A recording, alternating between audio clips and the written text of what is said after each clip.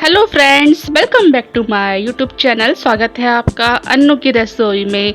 रक्षाबंधन एक पवित्र बंधन, प्यार और मिठास भरे त्योहार को और भी खास बनाता है ये घेवर। एक ऐसी मिठाई जो सिर्फ स्वाद ही नहीं, संस्कारों का भी हिस्सा होती है। आज के इस वीडियो में हम बना रहे हैं रक्षाबंधन स्पेशल घेवर, जो हर घर पर आसानी से बनेगा, बाजार से भी बेहतर लगेगा और हर एक बाइट में रहेगी मिठास, अपनापन और परिवार का प्यार। चलिए फिर इस रेसिपी को शुरू करते हैं। और आज की रेसिपी कुछ ऐसी है कि इसे हर एक कोई बना लेगा। जिस तरीके से मैं बताऊंगी ना, आप पूरी वीडियो को ध्यान से देखिएगा।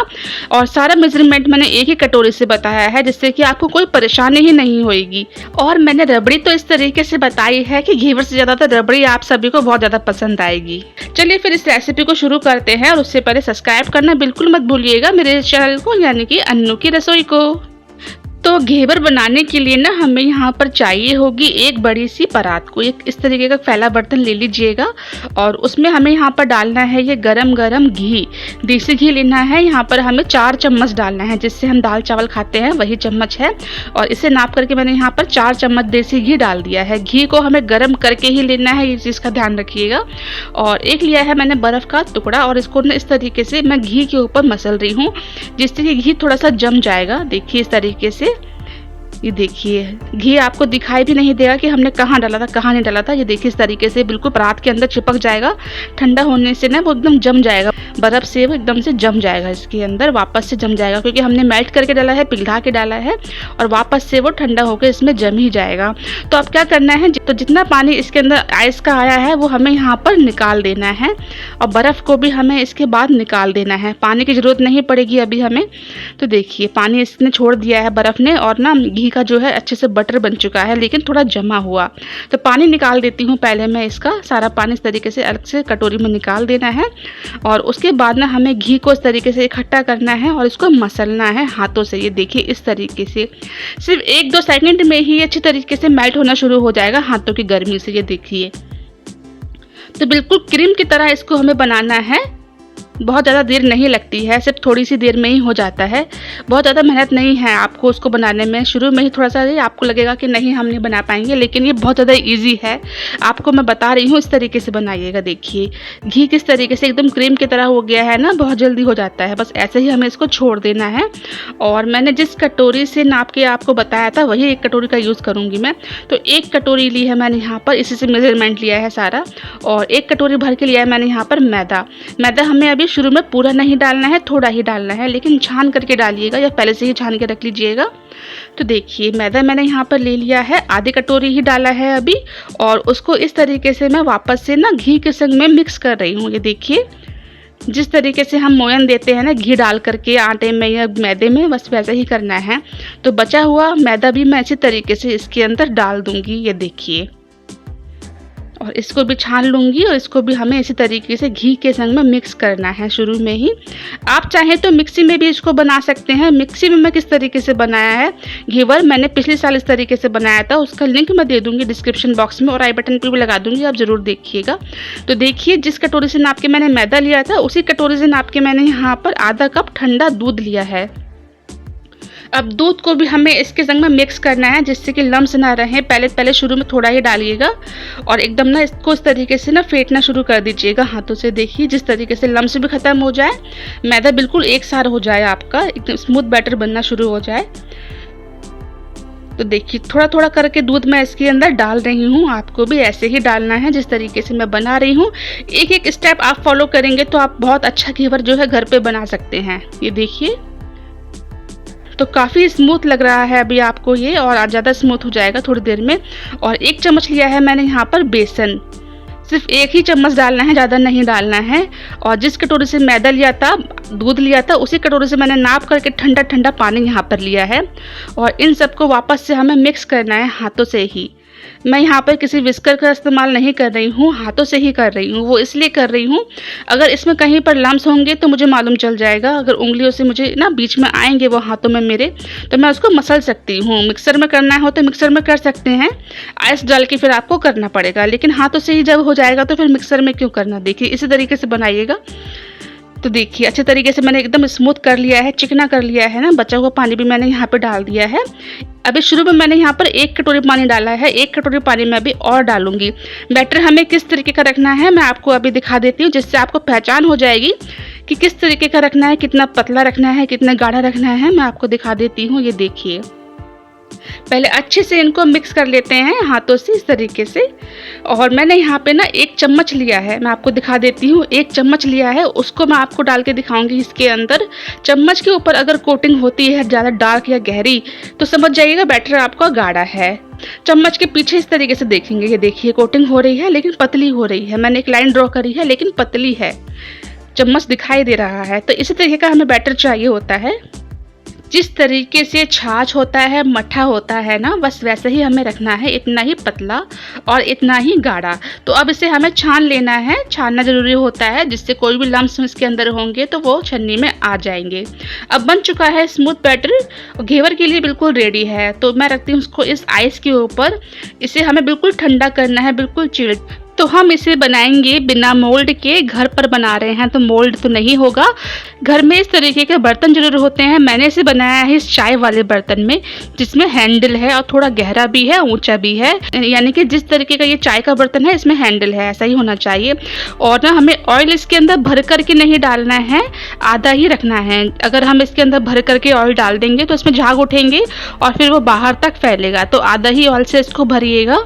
तो मैंने ऑयल को ना खूब अच्छे टेम्परेचर पर गर्म कर लिया था। गरम ऑयल चाहिए और ठंडा बैटर चाहिए, और थोड़ा थोड़ा करके हमें इसके अंदर डालना है। देखिए जिस तरीके से मैं डाल रही हूँ, बिल्कुल ऊपर ले जा करके हमें इसको डालना है, धार बननी चाहिए। ये देखिए इस तरीके से डालने के बाद इसके अंदर खूब सारा झाग उठना चाहिए। देखिए इस तरीके से, इससे मालूम चलता है टेम्परेचर काफ़ी ज़्यादा हाई है ऑयल का। तो ऐसा ही हमें चाहिए, देखिए इस तरीके से। और दूसरी बात ये है कि हमें जब डालना है बैटर, दूसरी चम्मच जब भर के डालनी है जब इसमें झाग बंद हो जाएंगे। देखिए झाग नीचे बैठ गए हैं। अब मैंने डाला है तो ऊपर आ गए हैं, अब ये नीचे बैठ जाएंगे।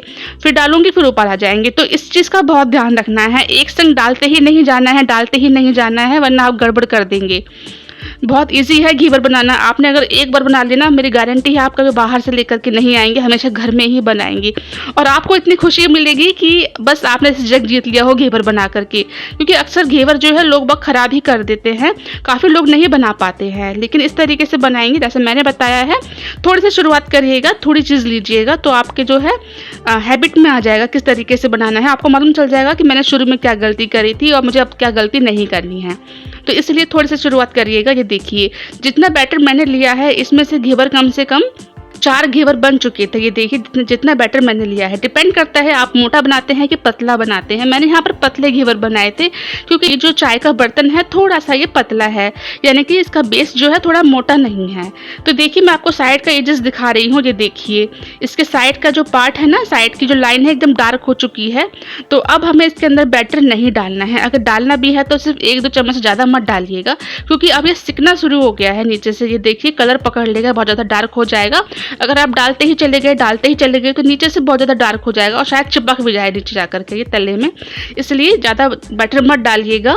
मैंने इसके अंदर जितने चम्मच डाले हैं मैं आपको बता देती हूँ। कम से कम मैंने इसके अंदर 30-35 चम्मच भर भर के डाले हैं और इतना ही डालना है। तो देखिए इसको पहले साइडों से निकालना है और किसी चाकू से मत निकालिएगा इसको। इस तरीके से किसी डंडी से, कोई डंडी होती है ना पलटे वगैरह की, उससे निकालिएगा। देखिए उससे इजीली बाहर आ जाएगा। इसलिए मैंने आपसे कहा था कि हमें हैंडल वाला बर्तन ही लेना है इसके लिए। तो एक हाथ से आप इसको मैनेज कर लेंगे, हैंडल पकड़ लेंगे, एक हाथ से आप उसको घेवर को बाहर निकालेंगे। आप बिगनर हैं इसलिए इस तरीके का बर्तन लीजिएगा जो हैंडल वाला हो, जिससे कि आप उसको पकड़ने में आसानी हो, उसको निकालने में आसानी हो। तो आप समझ गए होंगे। इसको निकालते हैं किसी छन्नी पर, जिससे कि एक्स्ट्रा ऑयल सारा इसके अंदर आ जाए।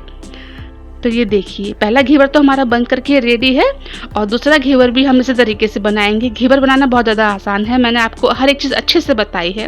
आई होप आप समझ रहे होंगे, वीडियो को पूरा देख रहे होंगे।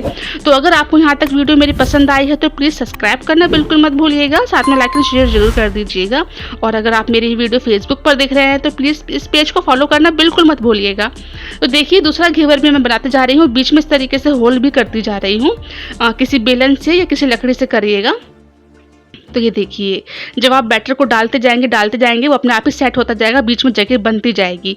तो दूसरा घेवर भी हमारा इसी तरीके से बन करके रेडी है। देखिए मैं आपको दिखा रही हूँ, दूसरा घेवर भी काफ़ी अच्छे तरीके से बन करके रेडी हुआ है, बिल्कुल भी टूट फूट नहीं हुए, कहीं से भी नहीं बिख रहा है।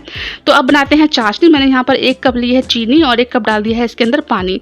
एक तार की चाशनी हमें नहीं चाहिए, हमें चाशनी सिर्फ हल्की चिपचिपी और मीठी चाहिए। तो चाशनी बनाना हम सभी को आता है, इसलिए मैंने इस वीडियो को आगे ज़्यादा लंबा नहीं करा है। चाशनी हमें एक तार की नहीं बनानी है, चिपचिपी चाशनी होगी तभी हम इसको निकाल लेंगे। तो अब मैंने यहाँ पे बनाई है रबड़ी। रबड़ी बनाना बहुत अच्छा लगा मुझे, क्योंकि ये बहुत अच्छी बनी थी। रबड़ी सबसे ज़्यादा पसंद आई थी सभी लोगों को, घेवर तो अच्छा लगा ही था। तो देखिए मैंने यहाँ पे डाल दिया है एक बर्तन में पानी थोड़ा सा, उसके बाद डाल दिया है ये 1.5 कप दूध, यानी कि ½ लीटर दूध मैंने यहाँ पर डाल दिया है। और इसको हमें ना गर्म करना है। जैसे कि मैंने अभी बताया, जैसे कि घेवर जो होता है, चाशनी जो होती है मीठी होती है, तो मैं यहाँ पर ना इसको थोड़ा कम ही मीठा रखूँगी रबड़ी को। तो साइड में मैं कट करती जा रही हूँ थोड़े से ड्राई फ्रूट, क्योंकि गार्निश भी करना है अपने घेवर को, इसलिए दूध को उबाल करके मैं अच्छी तरीके से गाढ़ा कर रही हूँ। तो मैंने यहाँ पर सिर्फ 2 चम्मच चीनी डाली है, जैसे कि मैंने बताया था। तो अब डालते हैं इसके अंदर वो स्पेशल चीज़ जिससे रबड़ी का टेस्ट बहुत ज़्यादा बढ़ गया था। मैंने यहाँ पर एक बाउल में लिया है थोड़ा सा ठंडा दूध और इसमें डाल दिया है 1 चम्मच वनीला फ्लेवर का ये कस्टर्ड पाउडर। इसको मिक्स करना है अच्छे तरीके से। रबड़ी का दूध जब बिल्कुल गाढ़ा हो जाएगा तभी हमें यहाँ पर इसको डालना है। ये देखिए, रबड़ी ठंडी होने के बाद और ज़्यादा गाढ़ी हो जाती है, इसलिए ना हल्का पतला ही हम इसको रखेंगे। घेवर के ऊपर जब हम गार्निश करेंगे तब हमें कोई दिक्कत नहीं होनी चाहिए। अगर गाढ़ी रबड़ी बन जाएगी तो उसके ऊपर लगाने में फिर हमें ना प्रॉब्लम होगी। तो हल्का पतला ही हम रबड़ी को रखेंगे और ठंडा होने के बाद इसको फ्रिज में रख देंगे। तो देखिए यहाँ पर घेवर बन करके तैयार है। तो अब करते हैं इसको अपने मनपसंद तरीके से गार्निश, क्योंकि गार्निश किए बगैर तो ये बिल्कुल भी हमारे मन को नहीं भाएगा। तो सबसे ऊपर वाले घेवर पे मैं डाल रही हूँ यहाँ पर चाशनी। चाशनी ना नीचे, सबसे नीचे भी पहुँच जाएगी, क्योंकि इसकी जालियाँ काफ़ी अच्छी पड़ी हैं घेवर की। ये देखिए आप देख सकते हैं, इसलिए मैंने सबसे ऊपर वाले पे डाली है चाशनी और नीचे भी डाल दूँगी, ऐसी बात नहीं है, नीचे भी डालूंगी। तो देखिए जितना भी चाशनी थी सब नीचे पहुँच जाएगी थोड़ा थोड़ा करके। और अब डालती हूँ मैं इसके ऊपर ये रबड़ी। रबड़ी को मैंने फ्रिज में रख करके अच्छी तरीके से ठंडा कर लिया था। इससे इसकी कंसिस्टेंसी जो है मेंटेन हो जाती है, ना ज़्यादा गाढ़ी रहती है और ना ज़्यादा पतली ही रहती है। इसलिए मैंने आपसे कहा था थोड़ा पतला ही इसको रखिएगा, जिससे कि इसके ऊपर गार्निश करने में ना कोई दिक्कत नहीं होगी हमें। तो देखिए यहाँ पर मैंने लगा दिए थी अच्छी तरीके से ये ड्राई फ्रूट्स। और ड्राई फ्रूट्स में आप क्या क्या लगाते हैं आपकी अपनी चॉइस है, आप लगाना चाहते हैं तो लगा सकते हैं, वरना अगर आप इसको चाशनी डाल करके भी खाएंगे ना बहुत अच्छा लगेगा, सच बता रही हूँ। तो ये देखिए मैंने यहाँ पर गार्निश कर दिया था थोड़े से इसको ड्राई फ्रूट्स से। तो ये बन जाता है हमारा मलाई घेवर। बाज़ार में अगर आप इसे लेंगे तो इसकी थोड़ी सी कीमत जो है ज़्यादा होती है मलाई घेवर की, और अगर बिना आप इसके लेंगे तो वो थोड़ा सा कम मिलता है, यानी कि थोड़ा सा सस्ता मिल जाता है चाशनी वाला। और इसके संग संग मैंने यहाँ पे लगा दिया है थोड़ा सा ये चांदी का वर्क। तो मैंने हल्का सा इसके ऊपर ये लगा दिया है और देखने में इतना सुंदर लगता है, खाने का भी मन कर जाता है। इसको लगाने के बाद रौनक आ जाती है हमारे घेवर के अंदर ये चांदी का वर्क लगाने से। तो सभी घेवर को मैंने इसी तरीके से रेडी कर लिया था। ये देखिए बिल्कुल लग रहा है ना मार्केट से, जैसे कि मैं इसको अभी मार्केट से लेकर के आई हूँ, बिल्कुल वही वाला लग रहा है। ये देखिए, और इतना टेस्टी बना था, एकदम सही मीठा था। अपने हाथों से बनाया है, अपने घर में अपने हिसाब से ही हमने इसके अंदर मीठा रखा है। बन करके बिल्कुल रेडी है। सभी चीज़ों को आप फॉलो करिएगा, सभी स्टेप को फॉलो करिएगा, तभी आप इतना अच्छा घेवर जो है घर पर बना पाएंगे। बहुत इजी तरीके से बताया है। एक ही कटोरी का नाप लिया था, जैसे कि मैंने बताया आपको। एक ही बर्तन रखिएगा जिससे भी आप नाप लेते हैं इसको बनाने में। तो आज के दिन यानी कि इस तीज पर इसे बनाइए और रक्षाबंधन पर बनाइए। तीज त्योहारों पर ही ये सब मिठाइयाँ खाई जाती है। खास तौर पर ये घेवर आता ही सावन के महीने में है, क्योंकि रक्षाबंधन और तीज सावन में ही आती है। तो सावन की स्पेशल मिठाई होती है ये घेवर। चलते चलते फिर से आपको एक बार याद दिला देती हूँ, सब्सक्राइब करना बिल्कुल मत भूलिएगा। और अगर मेरी रेसिपी अच्छी लगी हो तो प्लीज़ इसे शेयर ज़रूर करिएगा अपने फैमिली और फ्रेंड्स में भी। और चलते चलते आप सभी बहनों को मेरी तरफ से हरियाली तीज की बहुत सारी शुभकामनाएं। मिलती हूँ फिर मैं आपसे नेक्स्ट वीडियो में, तब तक के लिए bye bye and thanks for watching. जय हिंद, जय भारत, बाय बाय।